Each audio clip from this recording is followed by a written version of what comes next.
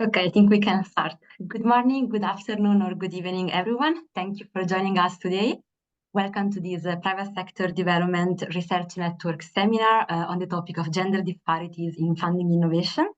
Today's seminar is hosted by my organization, the International Growth Center, or IGC, which is a member of PSDRN. My name is Marta Bertanzetti. I'm a policy economist for the Firms Initiative based at the IGC hub within the London School of Economics, and it is a great pleasure for me to moderate today's session. In case this is your first PSDRN webinar, let me give you a short introduction. PSDRN is a research network consisting of a group of organizations, including DFIs, think tanks, and academic institutions, actively supporting research on private sector development. You can access this year's seminar series on the PSDRN website, the link to which will be shortly posted in the chat. Let me also say a few words about my organization, the IGC. So we are a global research policy organization co-directed by the London School of Economics and the University of Oxford. We have 10 country offices across Africa, South Asia, and the Middle East, and a set of global policy initiatives. We work closely with policymakers in developing countries by using frontier research to generate innovative policy solutions to support inclusive and sustainable economic growth. And you can read more about the IGC work on our website, the link to which will also be posted in the chat.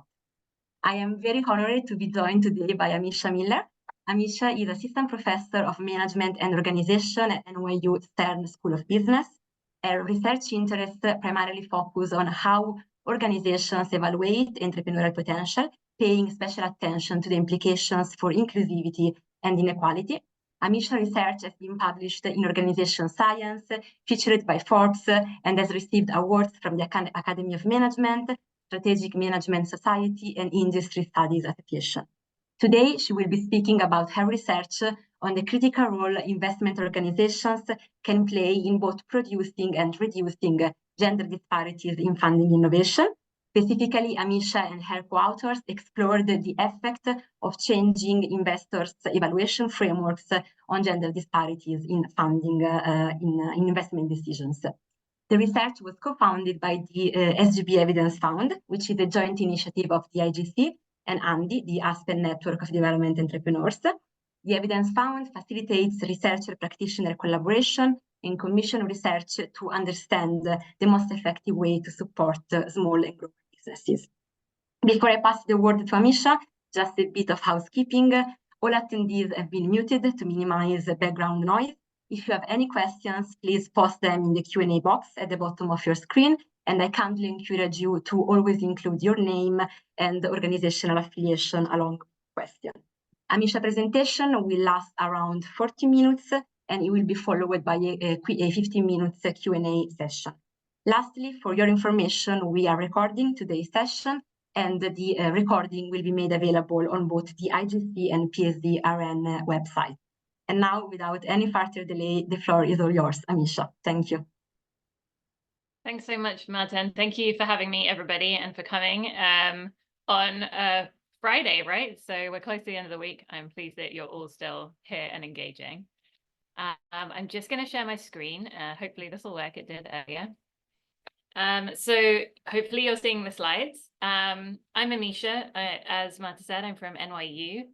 And this is some work I did in collaboration with Saurabh, who's here, and a couple of co-authors who are at the World Bank, really looking into the effect of changing investors' evaluation frameworks on gender disparities when we're funding innovation.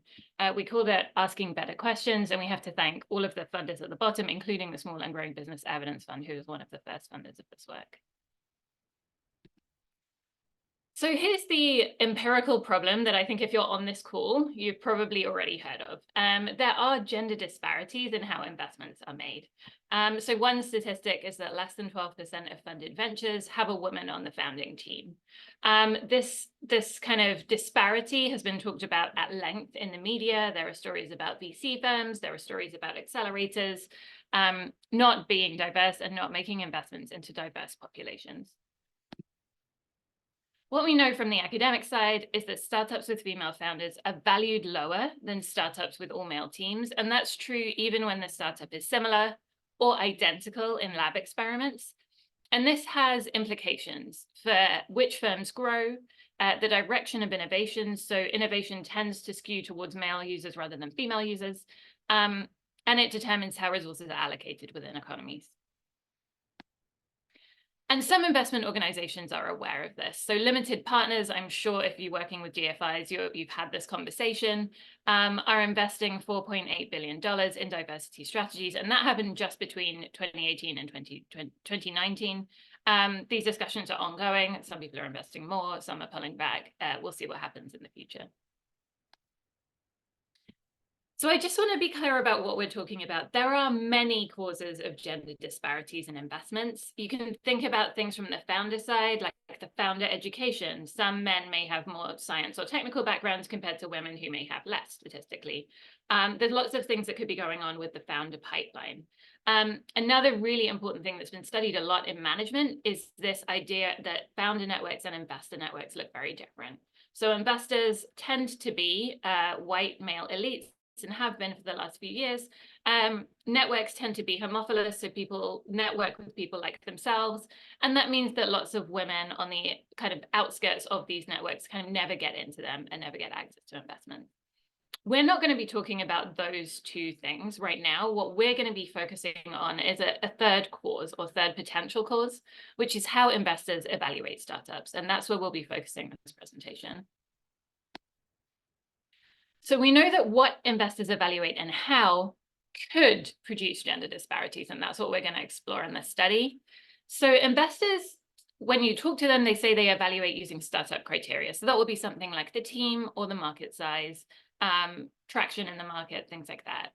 The problem is investors have limited data on this. So startup performance histories are short for new organizations. Startup strategies might change. We've all heard of pivoting. Startups might be working in different markets when you fund them to when you initially make the decision to fund them. And many types of founder experience might be relevant to turn an idea into a profitable startup. And so it's really difficult to assess the market size or what the right team is when you're making an investment decision as an investor. And so digging into it a little bit more with investors, what investors tend to do is evaluate future potential. And that requires an evaluator to kind of create this projection of what performance could look like before full data is available. And so investors have this hard job of evaluating these conditions of ambiguity. And what they do to try and overcome this is they'll meet founders to try to suss them out. So they'll ask information beyond what is written down in a business plan, and they'll ask questions to better understand the venture. And these things could produce gender disparities. So we know that when evaluators have limited data, that increases their reliance on gender as a kind of signal of competence. We also know that during these investor interactions, investors perceive women as incongruous. So we see that from the fact that they pattern match during these interactions to successful founders who are typically male. And they'll ask men and women different questions during these interactions. And we'll dig more into what that looks like in just a second. Interventions to reduce gender disparities have tended to focus on the founder side of these interactions. So we know that female founders can pitch. This can reduce gender role incongruity stereotypes in specific interactions, and that can affect the investor decisions in those interactions. All of this work tends to hold investor assessment constant. So these investors are typically in lab experiments. They're not in the real world. We don't necessarily know what's happening to them in real life. But we know that investment organizations design collective evaluation frameworks and processes, and these frameworks increasingly consider diversity. This is important because in other contexts, organizations' evaluation practices affect decisions and gender disparities. And so that's what we're going to dig into. We're going to use the hiring literature as a kind of basis to see how evaluation frameworks change the decisions that are made in hiring. And we're going to apply some of those insights to our setting of investments. And so that leads to our research question. What is the effect of investors' evaluation practices on gender disparities in investment decisions? And so we'll be playing around with those investors' evaluation practices. If you have any questions as I'm going through this, please feel free to put them in the chat. My co-author Saurabh is here. He can take a look at the chat during. If there's anything we can tackle as we're ongoing, we will do it. It'll mainly be clarification questions, and then we'll come back to the deeper questions at the end. So here's our research question we're examining during the study. Quick overview of what we're going to do. Our approach was testing the effect of changing 2 organizational evaluation tools on investment decisions. And so we pre-registered a 2-stage field experiment. We're randomizing 278 investors and 87 startups into treatment and control groups. And then we're analyzing 30,000 scores, which we're kind of collapsing into these 3,000 decisions that are made. We're going to talk to you about changes in the decision to put a startup into diligence and changes in actual investment decisions allocating real funds. Then we're going to unpack the mechanisms driving the effects with some exploratory analysis, and we'll talk more about that in just a second as well. And our setting is a global investment organization. This organization aimed to increase investments into startups with female founders, and that is basically why they let us experiment with them. They tried what they thought of was easy, putting women on the decision-making committees, having networks into areas where women were, and none of these things really solved the problem for them that they were seeing in their baseline data. And that's why they let us play around with their evaluation frameworks. Okay, so I'm going to turn to the theory, and I'm going to keep it as short as I can, but to give you an idea of where our hypotheses come from. So we know that evaluating potential might differ by gender. We know that ambiguity creates these spaces for evaluators, in our case investors, to rely on gender when making decisions. And they're subject to gender role incongruity. So people have stereotypes about women. Evaluators during interactions might perceive a norm violation, which basically means a woman is acting in a way that's counter to those stereotypes, which can cause backlash, or a lack of fit. So we can say, oh, these gender stereotypes don't really fit how I think about entrepreneurship. And during assessment, these 2 things can happen. And that theoretically creates gender disparities in the decisions and the outcomes. When we think about how this unfolds in startups, lack of fit creates lower expectations for women. So investors are going to assess inconsistently by founder gender. And what that looks like, according to a field study by Kant et al., is that investors will ask women prevention-focused questions. So that will look like, are people coming back, or how long do users stay on the platform? And what that means is they're really thinking about risks and mitigating losses when they're assessing female founders. But for men, they'll be asking promotion-focused questions. So that's things like, how do you want to acquire customers? We're going to be thinking about things like growth, the potential, and how to make the most gains. And that is a very different framing in which we're considering men and women. And so this really led to our hypothesis that in the control group, without a systematic prompt, investors would assess men and women inconsistently, and that would lead to gender disparities in evaluation. And we hypothesized that we could prompt evaluators to evaluate potential by thinking about both growth potential and how risks would be managed. Investors will assess more consistently, and that should reduce gender disparities in evaluation. So that's our first hypothesis. There's another one we used drawing from the hiring literature, which is another setting where people are making these decisions without full data on a person from their past performance. And we find that in general, in hiring and promotion settings, evaluators tend to undervalue women's forward-looking leadership potential. So when they're asked to project potential, they tend to undervalue this for women. And we know that because we're comparing it to their performance in these settings. And so we know in the control group, or we predict in the control group, that without a systematic prompt, investors are going to assess characteristics that are static to predict potential. And we know that that will disadvantage female candidates. We also know that evaluating performance of some kind, in this case, demonstrated sales capabilities, could reduce the disparities in promotion decisions. And we struggled with thinking about how this might apply in an investment context for a little while, because the whole problem is that we don't have data on performance. And what we did was we interviewed a lot of investors, and we found that in Village Capital, which is where we set the study, we found that we invest in people that make the most progress during the program. And we spoke to other investors, and they're talking about the importance of progress during evaluation.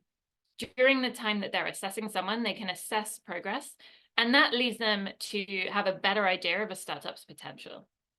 So in the second treatment, we prompt investors to evaluate startup progress. We see if they assess demonstrated progress, and we predict that this will lead to a reduced disparity in investment decisions. As you can see, this is a bundled treatment. So the two kind of dotted line boxes show that we cannot separate out the effects of this treatment from the other treatment. So we're going to be showing you the effect of all of these things together, prompting investors to evaluate growth, risk, and progress in the second stage. Here's the research approach. So we conducted a multi-method study. There's an I here because the inductive work is separate and is really me. So inductively, we identified how investment organizations evaluate potential. That helped us to identify where systemic collective comparison was inhibited, and that helped to create disparities. Once we've done that inductive work, this is what I'm going to talk about now. We tested the effect of organizations' evaluation frameworks on the investment decisions they made. And that's the piece I talked about where we pre-registered this field experiment. And then inductively, we unpacked the mechanisms that were driving the effects that we saw.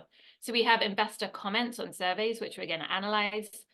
We had a focus on a group of investors in one region. We interviewed all of the treatment and all of the control and observed this program from beginning to end to really see what was going on in this investment program in this one region that would help us to explain the results that we're going to see in the experiment. And this might sound weird, but it's something that increasingly experimentalists are doing to try and unpack what is actually going on and driving these effects. So here's our setting. This is Village Capital. They've worked with more than 1,000 entrepreneurs in 28 countries. They have an affiliated fund, Vilcap Investments, that has invested in 110 startups that went on to raise more than $4 billion. We conducted this experiment back when this was true. Village Capital has edited this program since, but this is the setting that we experimented in. And Vilcap was a really nice setting for a few reasons. The main one is that we got to see a real investment process at scale. So multiple investors were evaluating between 3 and 12 startups over time in a real context. Trainee investors made investment decisions for Village Capital.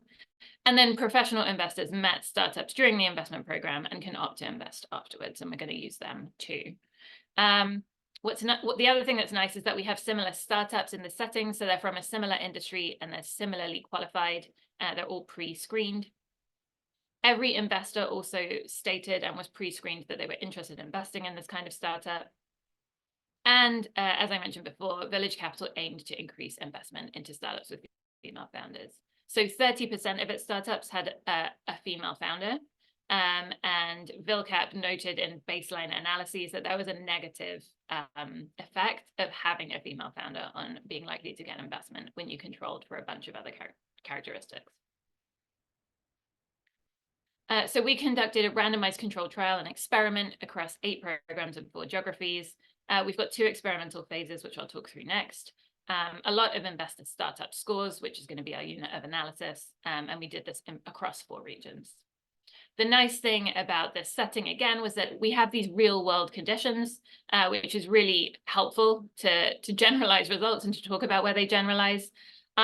It's particularly important in investment. There's increasing evidence that investors evaluate differently to other people. So it's really important to see what decisions investors are making. So here's how the evaluation process is unfolded in the setting. In general, what you'll see in investments, and this shouldn't look too different to most people who make investments, you receive some kind of information that might look like a brief or a deck, or in some cases an application form. There will be some kind of a meeting between founders and investors. And at that point, often there'll be a kind of stage gate where an investor or an investment committee decides whether they're going to conduct due diligence and what kind of further assessment they would like to make.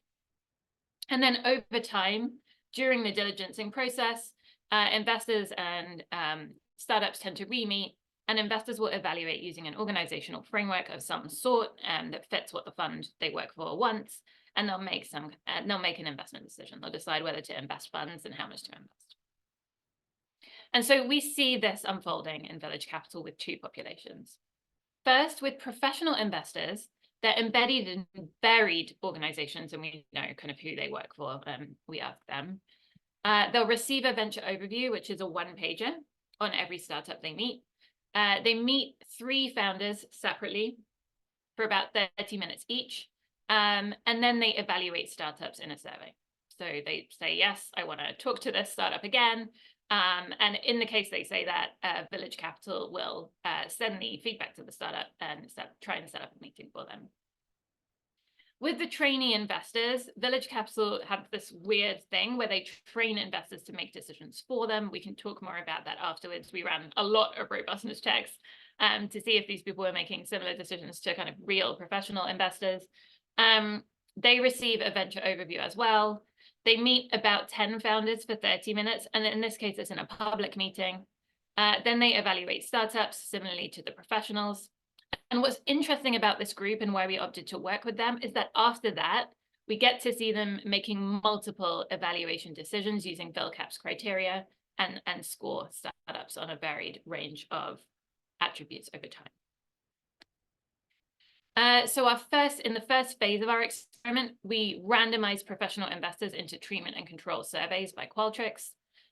So they're assessing themselves and either in a treatment group or a control group. And the treatment we put here is to evaluate potential through these 2 lenses of growth potential and risk.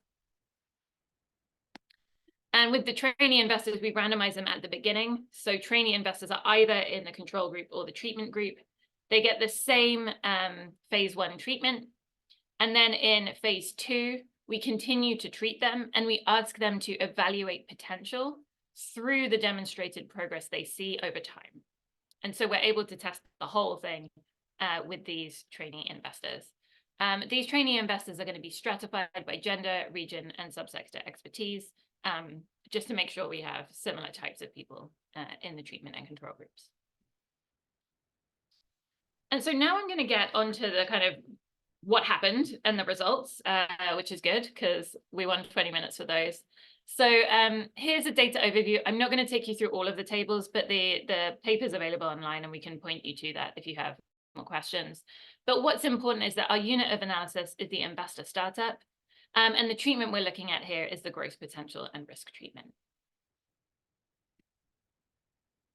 And so we're going to be prompting evaluation from 2 angles here. So here's the survey that all investors see. The kind of pre-registered effect that we're looking for is I will initiate due diligence on this venture. Investors will score this on a scale of 1 to 6. If they get a 5 or a 6, they actually get introduced. That's the investment decision we're looking at. And then the control group gets an additional question to help with diligence, which says, what additional information do you want on this venture? And the treatment that we implement says, what additional information would you want on this venture's potential for growth and how this venture will mitigate risks? So we're really priming this dual evaluation. Then we code whether the questions asked were prevention focused or promotion focused. And I'm just going to show you what that looks like now. So a prevention focused frame is really about safety, responsibility, security needs. Goals are viewed as things that you ought to do, and there's a concern for maintaining non-losses. And so we're going to code some responses like that, and we're going to code other responses with this promotion-focused frame, that investors are thinking about hopes, accomplishments, advancement needs. Here, goals are viewed as ideals, and there's a concern for attaining gains. So these are quite different ways to assess.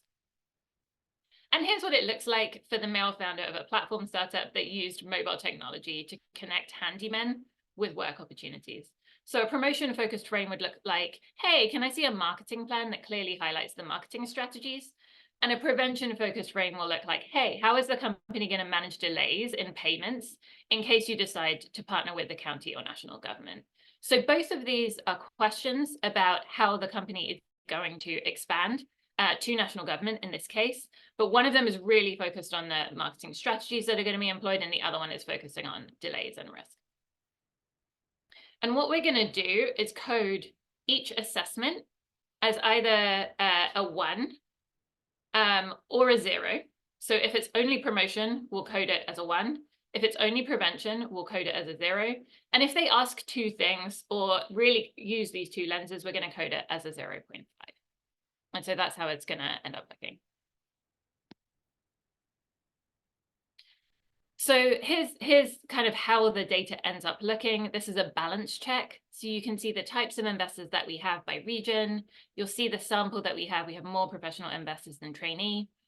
Their gender, the investment type, as you can see, most are local organizations, and many have an impact mandate. And in our setting, what that means is that they invest in developing economies most of the time. That is their impact mandate.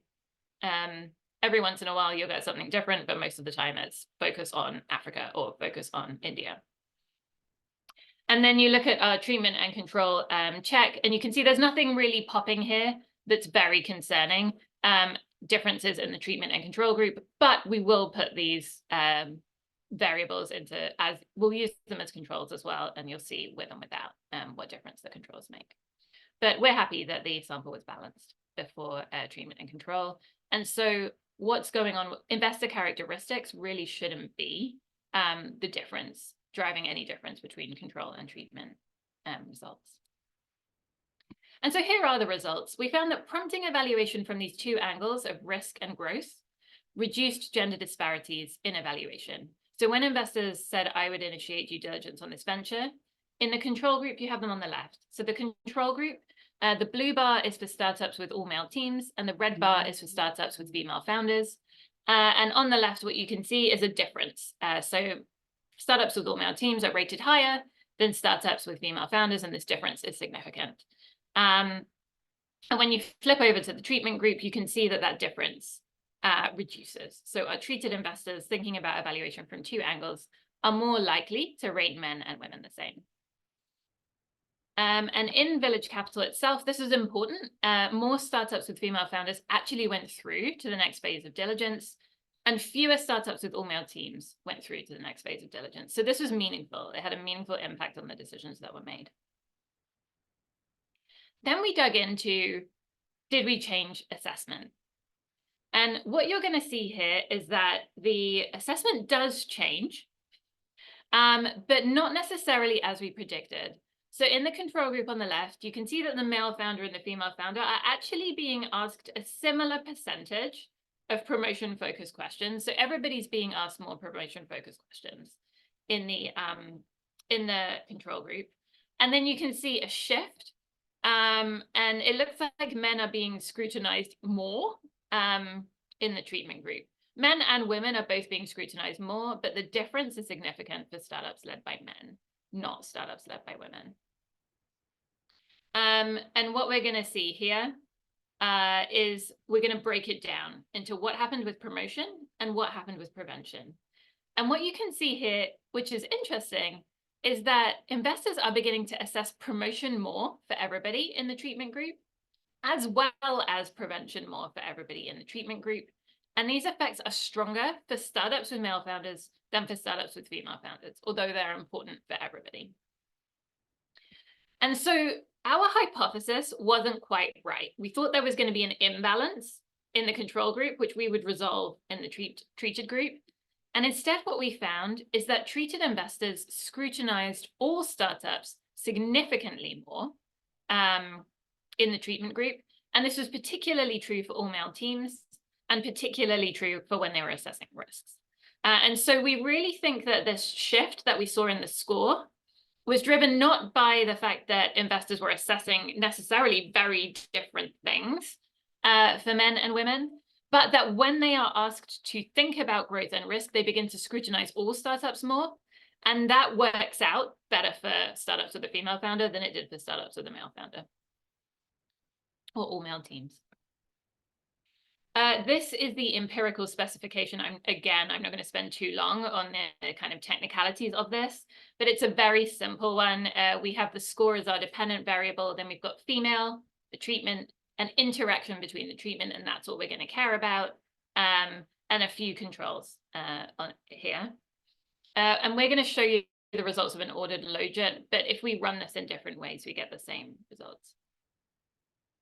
What an ordered logit means is if you get a score below 1, it has a negative relationship with the dependent variable, and if you get a score above 1, there's a positive relationship with the dependent variable.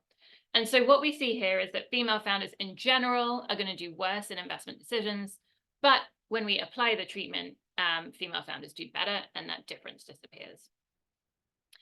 Similarly, you can see the same results here with the promotion prevention focus. There is an effect of treatment. It's difficult to interpret what that effect means in this case. So we go through, and basically what we show is that in general, investors are assessing both prevention more and promotion more across all groups. And this is slightly less strong, especially in prevention for the startups with female founders. And the implications are that investors are going to conduct due diligence fewer for male founders. And so you can see this strongly agree is lower in the treatment group, which is blue, than the gray, and more for female founders. So you can see that the gray control is lower than the red treated group. And so that was the kind of end of our first phase of study, which we did with trainees and professional investors. We ran a lot of alternative explanations and robustness checks. The one that's important, which we should talk about before moving on to the next study, is that we ran heterogeneity analyses by investor. So we were worried, were trainee investors evaluating differently to professional investors? We did not see that. All the results are directionally the same. If anything, we had more of an impact with our treatment on professional investors than trainee investors, but the results are the same. So it didn't matter if it was a trainee or a professional. The trainee investors really seemed to be embedding what they were supposed to be doing as investors. All right, and so now we're going to move on to phase 2, which is the full treatment. So here we're going to be applying growth potential and risk like we did before, but we're going to be adding this progress. And so the idea is that they're going to be evaluating potential using all 3 of these treatments. Here, we're going to be looking, sorry, the green is in the wrong place. We're going to be looking per investor startup round. So we're really going to be looking at the decisions made over time. The current evaluation framework that Village Capital uses is a broad assessment. So they consider startup characteristics like team, problem and vision, value proposition, product, market, etc. This is very common criteria for investors. And then they're being asked to assess potential. So what is this company's growth opportunity or investment opportunity? And then they put it on a scale. What we're going to do is add a way for them. We're going to prompt evaluation of progress over time. So we're going to add, how much has this company improved? And then we give them some criteria to consider, which are built upon the first treatment, which are understanding growth, demonstrating growth, identifying risks, and demonstrating the fact that they can mitigate risk. Again, we ran a balance check to see if there was a difference between the treated investors and the control investors. And we found that in this group, because the group is smaller, we only have 65 investors here.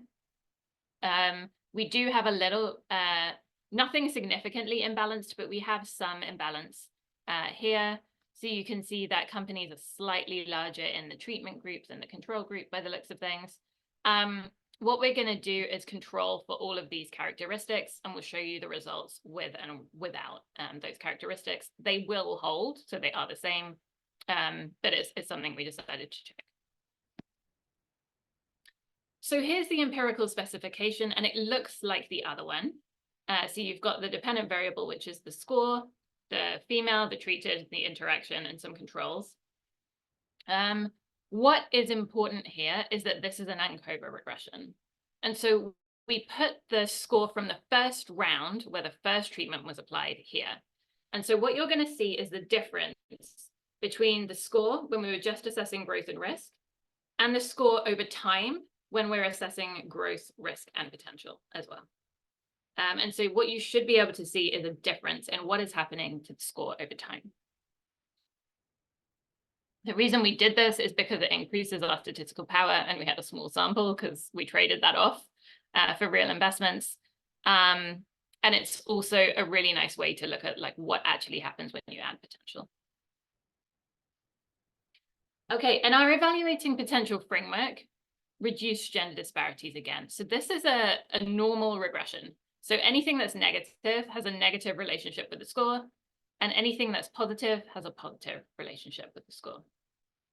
And here you can see that the female founders in general are getting a slightly lower, but not much, slightly lower score. If we had a bigger sample, this could be statistically significant, as is it's not. So what that means is that Village Capital is actually a fairly gender neutral place at this point over time to assess startups.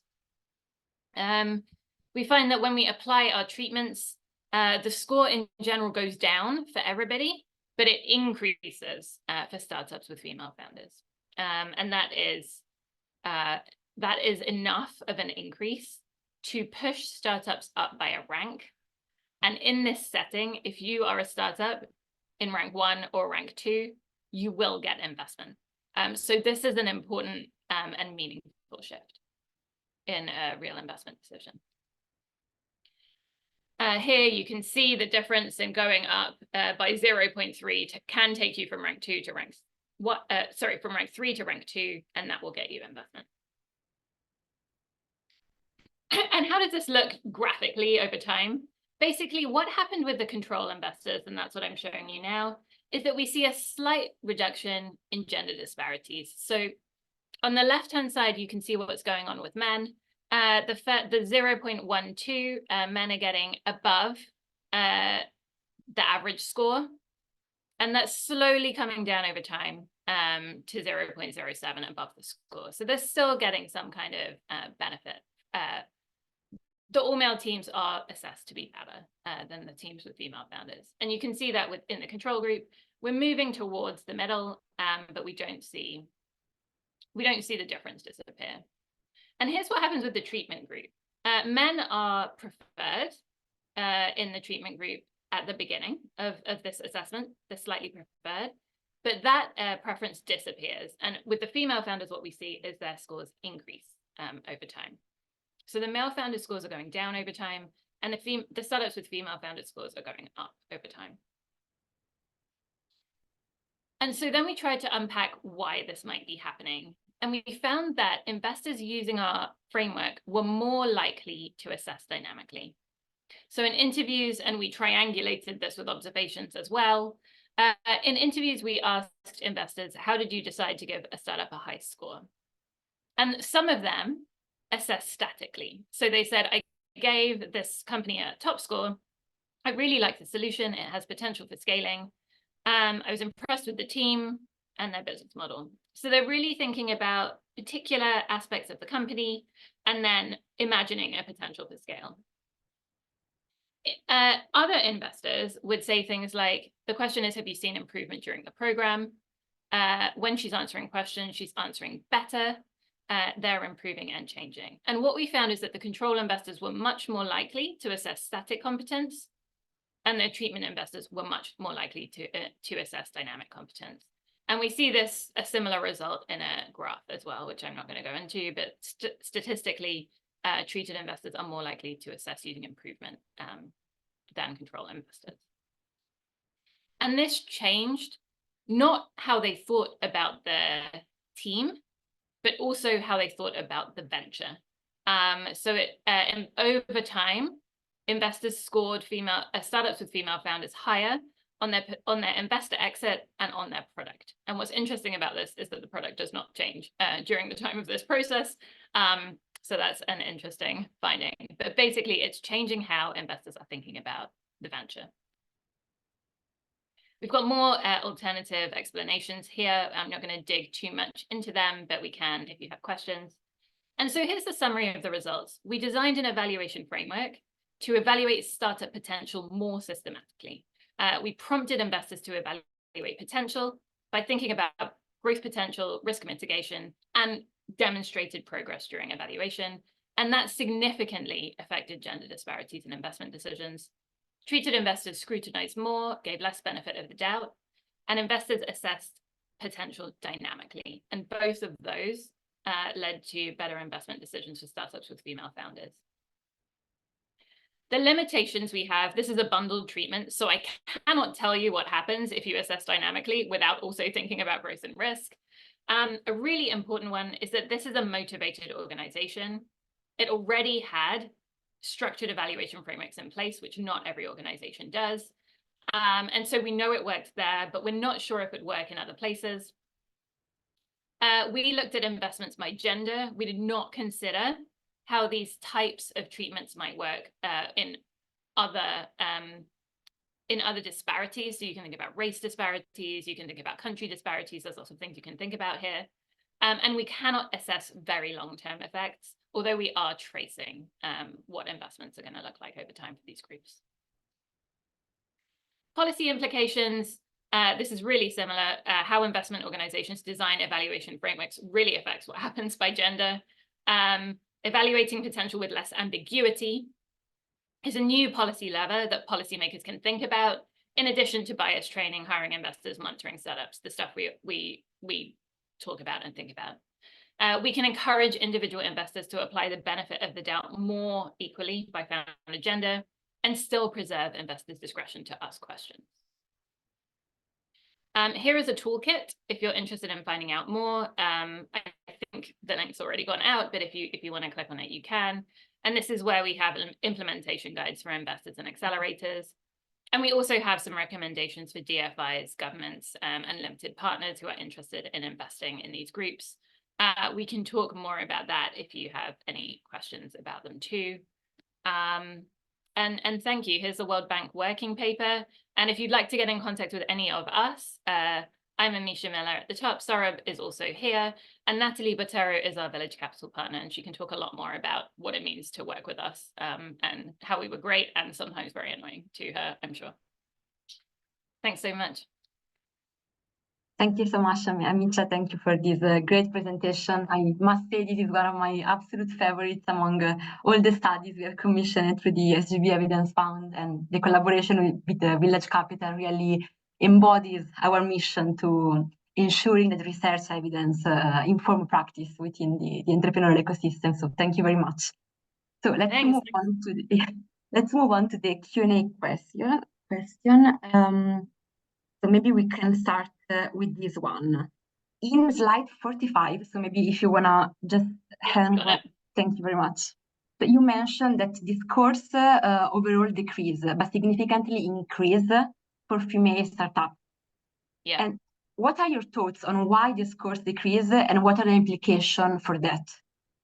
Okay, so that's when we're talking about the scores overall over time.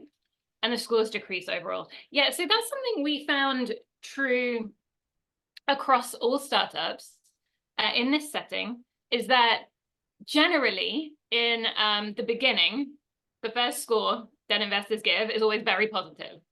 And then they dig into the company, they get to find out more, they probably scrutinize them harder, they think more about these companies, and the scores on average just decreased. And that was true if you look at the raw score for startups led by men and startups led by women.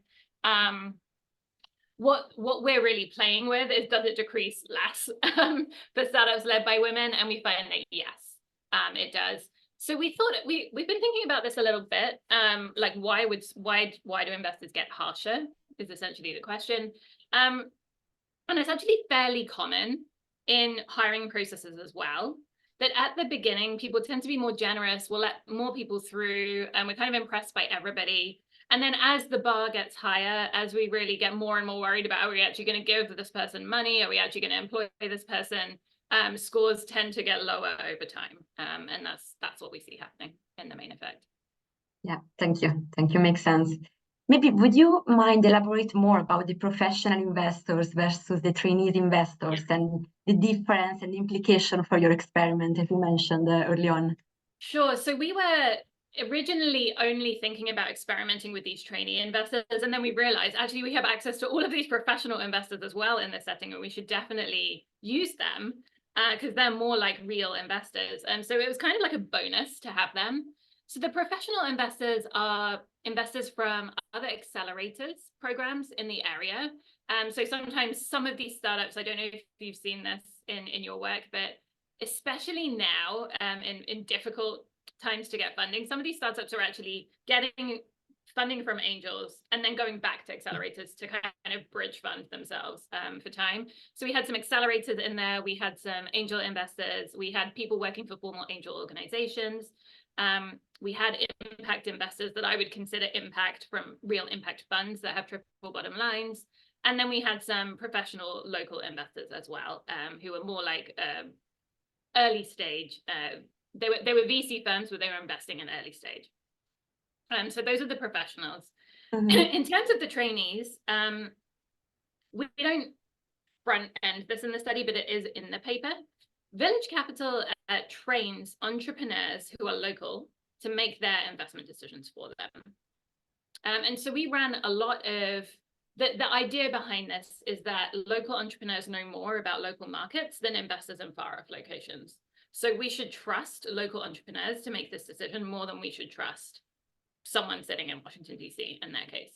And so that's why they made this decision to outsource the final part of their decision-making process to local entrepreneurs. We looked at like other competition, like do we feel like these trainee investors are going to be doing weird things because they're local entrepreneurs? We did not find evidence of that. And even if it had been true, it would have been true across the treatment and control groups. So at least we felt like okay about that. The other thing that gives us a lot of confidence is that the results in stage 1 for the trainee investors and for the professional investors are the same. And that makes us think that further results are likely to also work in other contexts. What we're doing right now is scaling this with another fund, a VC fund. We're slightly tweaking the treatments, but they're similar. And so we'll see how it unfolds in this VC fund. And we're really interested to see, as I mentioned, how it would unfold with other kinds of investors, how it would unfold if investors know about the treatment, because in our case, the investors knew that something was happening, but they didn't know what we were doing and why. So yeah, we'll see. We have many questions about where these might apply and where not, and with what kinds of investors.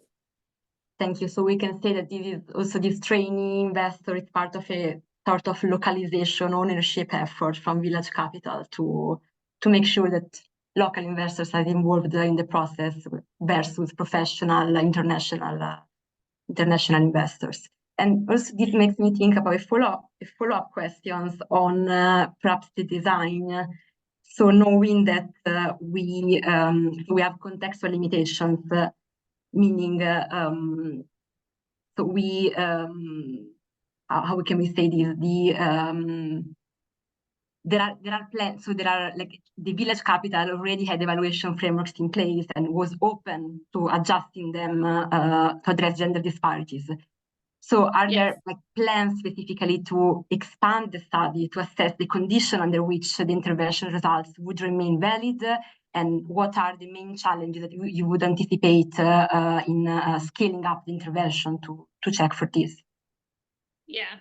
So, I mean, we'd love to run this at scale with a lot of different organizations. That would be our ideal, and see where do these kinds of things hold and where do they not hold. The big difficulty we have is that right now, the way that we analyze, the way that we prompt investors to evaluate progress is a very time-driven assessment, where we ask people to evaluate progress during the time period. And so that's difficult to scale up, because that means you have to work with VC funds, not as a one-off, but kind of over 3 months. So what we're going to do is scale in 2 ways. One is we're working with some investment firms deeply over a few months to see what's going on within them. The other thing we're thinking about is how can we get investors to kind of assess dynamically, evaluate progress without actually following them over time. And we've been thinking a lot about learning agendas. So some organizations have a learning agenda, some organizations don't. Most startups can talk about how they're learning, how they're building their learning agendas, what their next questions are. So that's something we're thinking about, would help to add the dynamism. So the dynamism is one problem.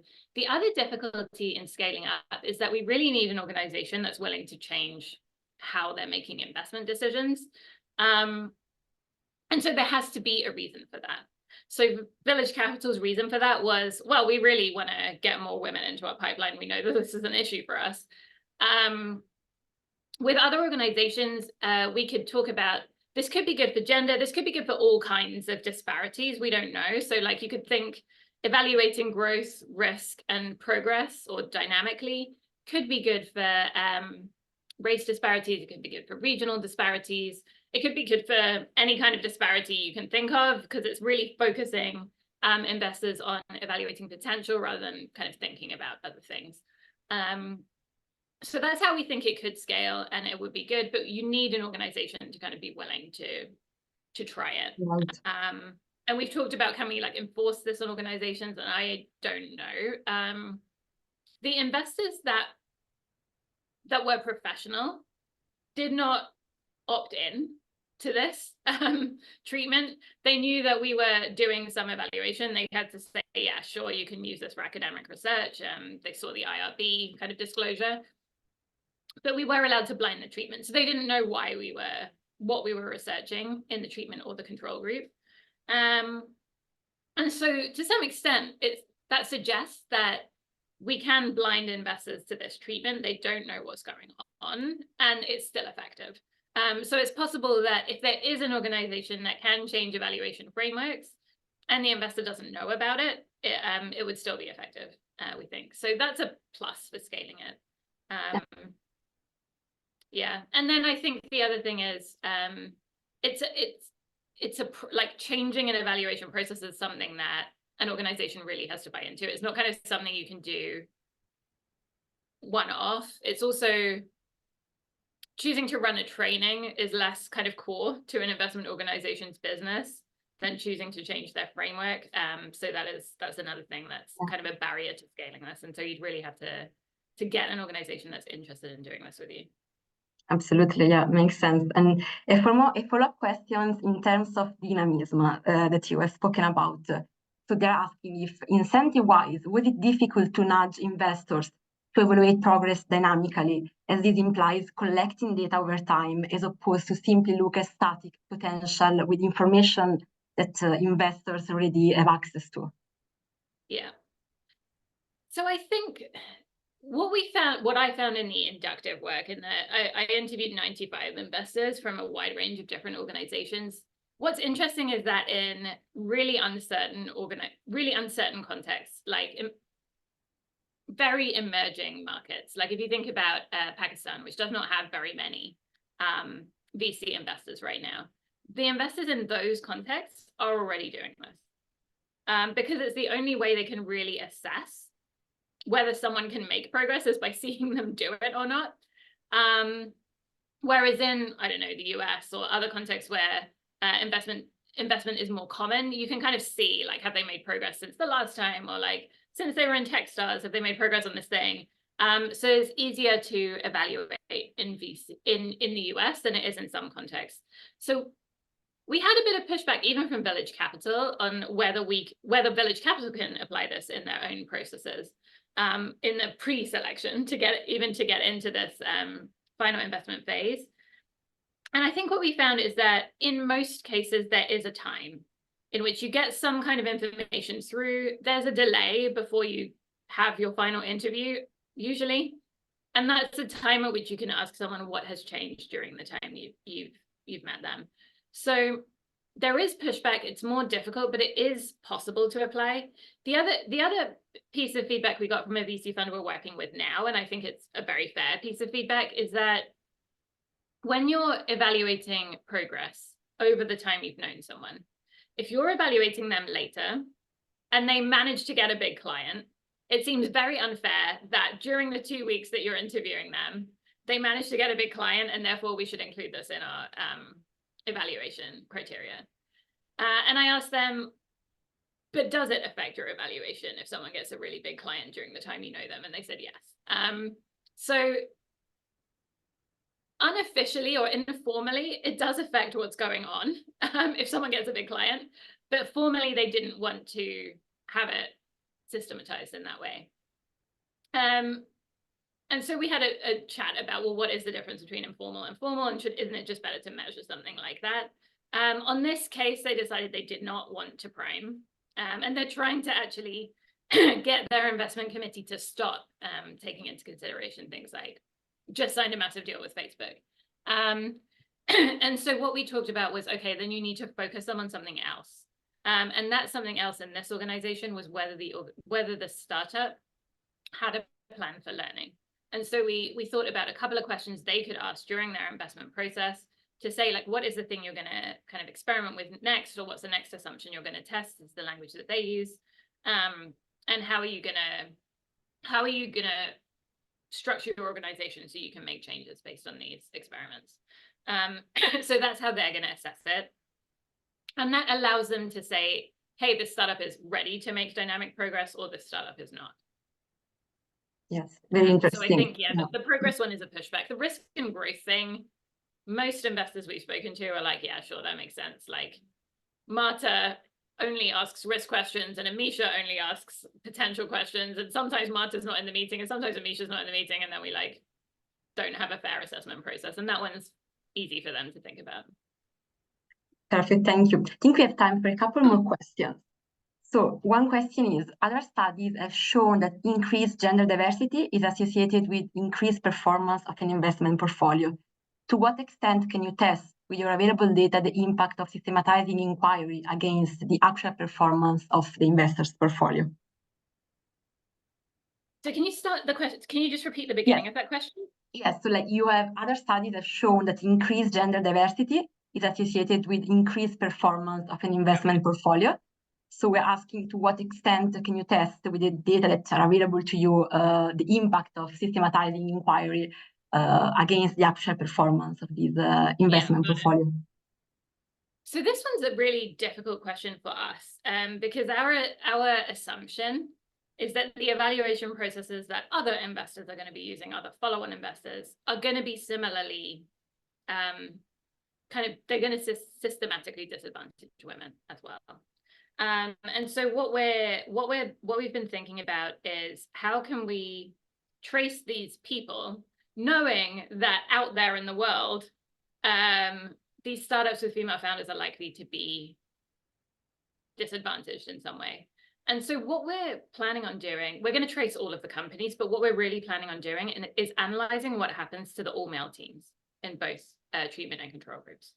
So what should happen if investors are making better decisions, and if they're increasing portfolio performance? What should happen is that even the startups with all-male teams in the treatment group should be doing better than startups with all-male teams in the control group. And so that's what we're going to begin to assess. We are going to trace this over time. Our prediction for the startups with female founders is that they're not going to do as well as the startups with all-male teams. We don't know that that's the case. We might be pleasantly surprised to be completely wrong. But that's our prediction right now, which is why we're going to be assessing these startups with all-male teams. Those portfolio performance studies, I wonder if they are done in less ambiguous contexts. So we're talking about very early stage startups where these kinds of gender disparities can emerge really easily. I can imagine that if you're really at the point where you, like, let's say you've made a Series A investment, at that point, it should be very obvious whether a startup is performing or not. Whereas at a kind of early stage pre-seed investment, it's more difficult to assess, and that's where we'd expect the gender disparities to continue. So that's our concern with the performance. Thank you very much. I am afraid we are now out of time, so let me just thank you so much, Amisha, for presenting your research today, and thanks for the audience for joining us and asking exciting questions. There will be a brief feedback survey right after the webinar, so please do take a minute to fill it out. And we look forward to seeing you at the next PSDRN webinar, and have a nice day. Thank you very much.